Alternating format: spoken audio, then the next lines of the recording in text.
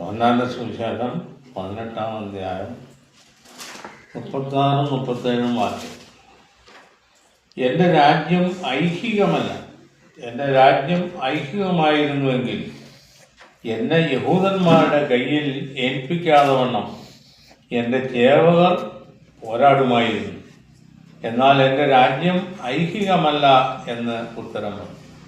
പീലാത്തോസ് അവനോട്, എന്നാൽ നീ രാജാവ് തന്നെയല്ലയോ എന്ന് പറഞ്ഞതിന് യേശു, നീ പറഞ്ഞതുപോലെ ഞാൻ രാജാവ് തന്നെ. സത്യത്തിന് സാക്ഷി നിൽക്കേണ്ടതിന് ഞാൻ ജനിച്ചു, അതിനായി ലോകത്തിൽ വന്നിരിക്കും. യേശുക്രിസ്തുവിൻ്റെ ഒന്നാമത്തെ വരവിൽ യഹൂദജാതിയുടെയിൽ ക്രിസ്തുവിനെ സംബന്ധിച്ച് പലവിധമായ അഭിപ്രായമാണ്.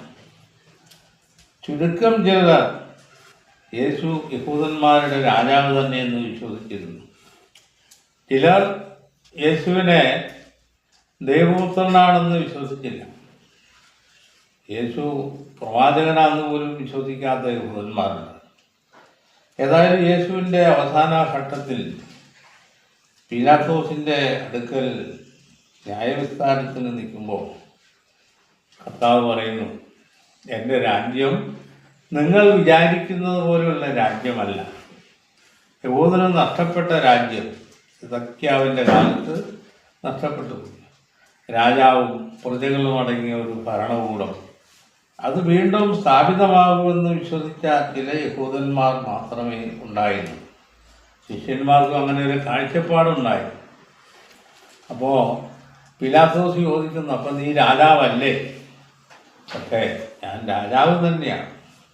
യേശു ഒന്നാമത്തെ വരവിൽ രക്ഷകനായിരിക്കേണ്ടതാണ് ആവശ്യം. അതാണ് സത്യത്തിന് സാക്ഷി നിൽക്കേണ്ടതിന് എഴുതിയിരിക്കുന്നത്.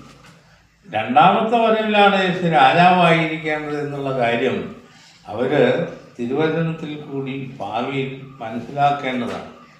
ഇപ്പം എൻ്റെ രാജ്യം ഐഹികം അല്ല എന്ന് പറഞ്ഞാൽ അതിനുള്ള പട്ടാള സംവിധാനങ്ങളും യുദ്ധസാമഗ്രികളൊന്നും ഞാൻ സംഘടിപ്പിച്ചിട്ടില്ല. എൻ്റെ രാജ്യമെന്ന് പറയുന്നത് ആത്മീക ഭരണകൂടമാണ്. അത് ഭൂമിയിൽ വരാനിരിക്കുന്നതേയുള്ളൂ എന്നുള്ള സൂചനയാണ് ഇതിൽ നിന്നും നമ്മൾ മനസ്സിലാക്കേണ്ടത്.